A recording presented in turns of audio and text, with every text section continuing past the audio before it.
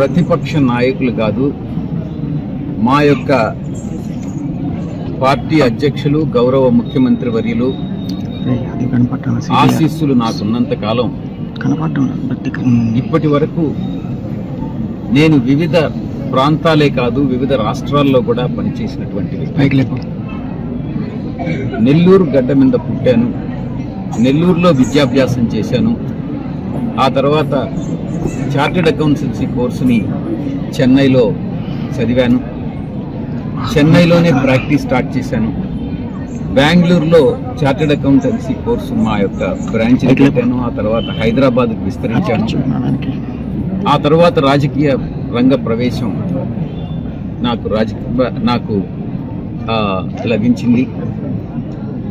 స్వర్గీయ రాజారెడ్డి గారు కానీ స్వర్గీయ రాజశేఖర రెడ్డి గారు కానీ నన్ను పూర్తిగా ఆశీర్వదించి నన్ను ఈ స్థానంలో నిలబెట్టేదానికి వాళ్ళు మూలకారకులు. వాళ్ళ తదనంతరం శ్రీ జగన్మోహన్ రెడ్డి గారి ఆశీస్సులతో నేను ఈ స్థానానికి ఈరోజు వచ్చాను. ప్రతిపక్ష నాయకుడు చంద్రబాబు ఆయన తెలుగుదేశం పార్టీ కానీ ప్రతిపక్షాలు అన్నీ కలిసి వచ్చినా కూడా నన్ను ఈ స్థానం నుంచి కదిలించలేవు. నెల్లూరు నుంచి ఇది నా పుట్టిన గడ్డ. చంద్రబాబు ఎవరు, ఎక్కడ పుట్టాడు? చంద్రగిరిలో పుట్టాడు. చంద్రగిరి ఆయన సొంత నియోజకవర్గం. ఆయన ఏంటి నన్ను వచ్చి నెల్లూరు నుంచి వెళ్ళగొట్టడం?